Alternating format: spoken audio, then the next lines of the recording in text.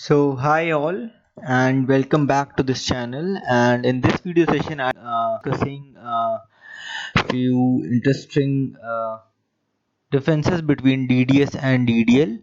So basically this is a video on DDS versus DDL.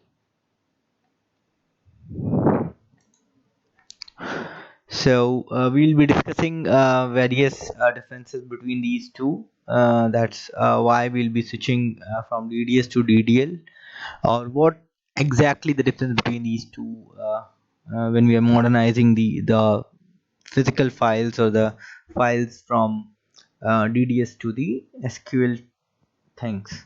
So let's start with the basic differences we have. So the first difference is uh, like we have new data type support in the DDL. Let's say we have LOBs, data links, etc. So we have many new data type support which is coming into the SQL, but that's not coming into the DDS. So we'll be getting the benefit from those data types. So if we want to use those data types in our file, we need to switch from DDS to DDL. So that's one reason where you can opt for the DDL thing instead of the DDS. Another thing is identity columns introduction and using row ID columns. So you can have the identity columns and the DDL columns only in the row ID columns only in the DDL SQL. So you cannot have the identity columns in the row ID in the DDS.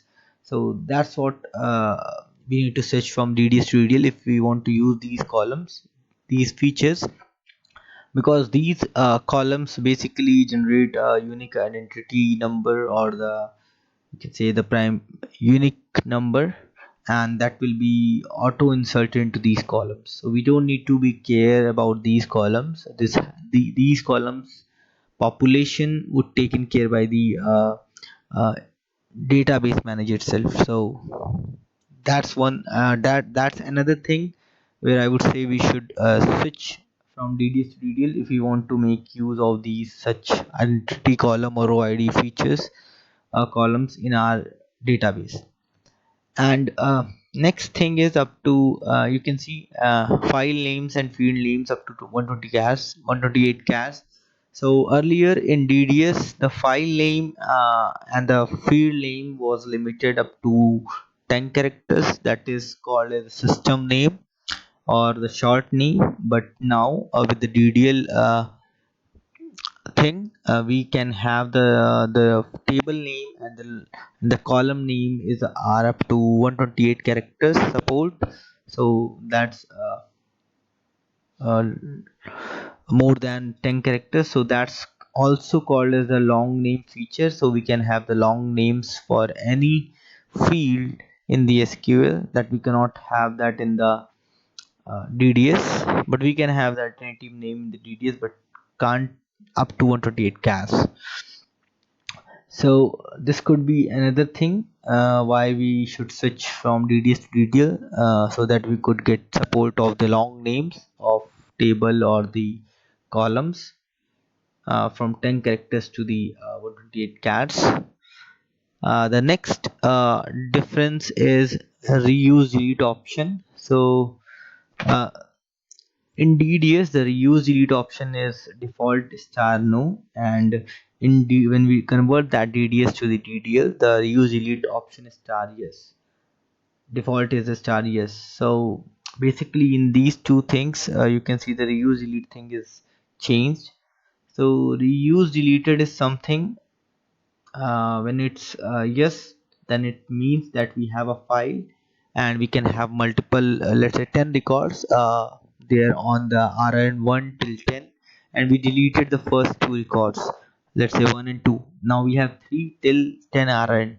So first two rns are deleted, but they are actually not deleted. They are deleted from the table, but they are still occupying the spaces. Those spaces are not removed. So once we inserted the record into the table and we have reuse delete star no, then the next rr and value would be inserted like 11. So we are not able to reuse the existing RRN which has been deleted from the table. So once we set this star yes, we would be able to reuse those RRN1 and 2 which are deleted. So that's the another difference which we are having in DDS and DDL thing. The next difference is that's another thing which I can say that DDL won't support it, but DDS supported. That is the field reference file. So we have a field reference file concept in the DDS, but that's not supported in the DDL thing. But yes, you can create a field uh, reference thing by using with no data in the create table clause, but that's again I would say uh, trick, but formally saying that DDL won't supported the field reference file concept. So this is something which DDL supported. I included this in the difference just to highlight this thing, but that's not a difference. This is something which DDL not supported, but DDL supported. Next thing is, and the main important thing where we should opt for the DDL, that is the data validation method. So the data validation method is something. So we have two tables, one a DDS table and another one is a DDL table.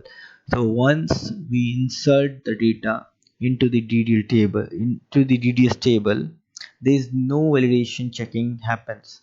So when if there is a constraint applied or if there is a check constraint on the table, and we are going to going to do copy file, or we are inserting any record using the SQL, then in DDS, since the validation is not at the right time during the insert, so any garbage data or any incorrect data could be inserted into the file. So actually in the DDS, the data validation happens when we read the file. So once the program RPG program was reading the file, then validation happens, then we got the runtime's error at the runtime. But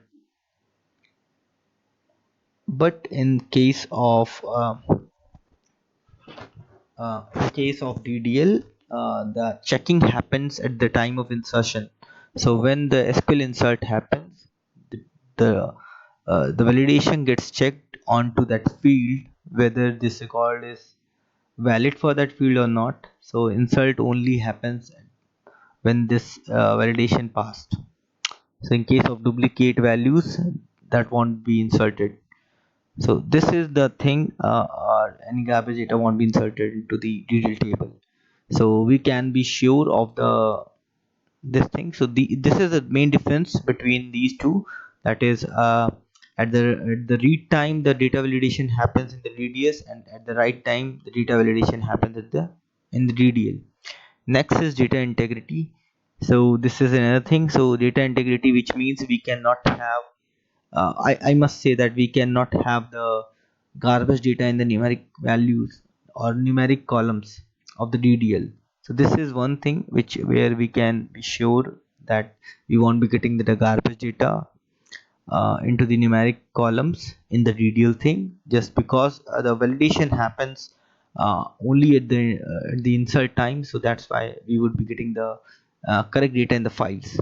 So that's why we have a data integrity thing which is there in DDL but not in the DDS. The next thing is the better performance, I would say. So why better performance? I would refer these 2 points, the data integrity and data validation method, to elaborate my this point, that is better performance. Just because we always have the have the correct data in the TDLs, and the data validation method, importantly I would say, I would highlight this data validation method is um, basically works at the insert time, not at the read time in the DDL. But in DDS it works at the read time, not at the write time. So if I would say that most of the operations we perform in our system, in our application, is read, not the write. So let's say if I would divide, let's say if 10% we are performing write and 90% we are performing uh, read. So the number of read operation is high, that is 90%.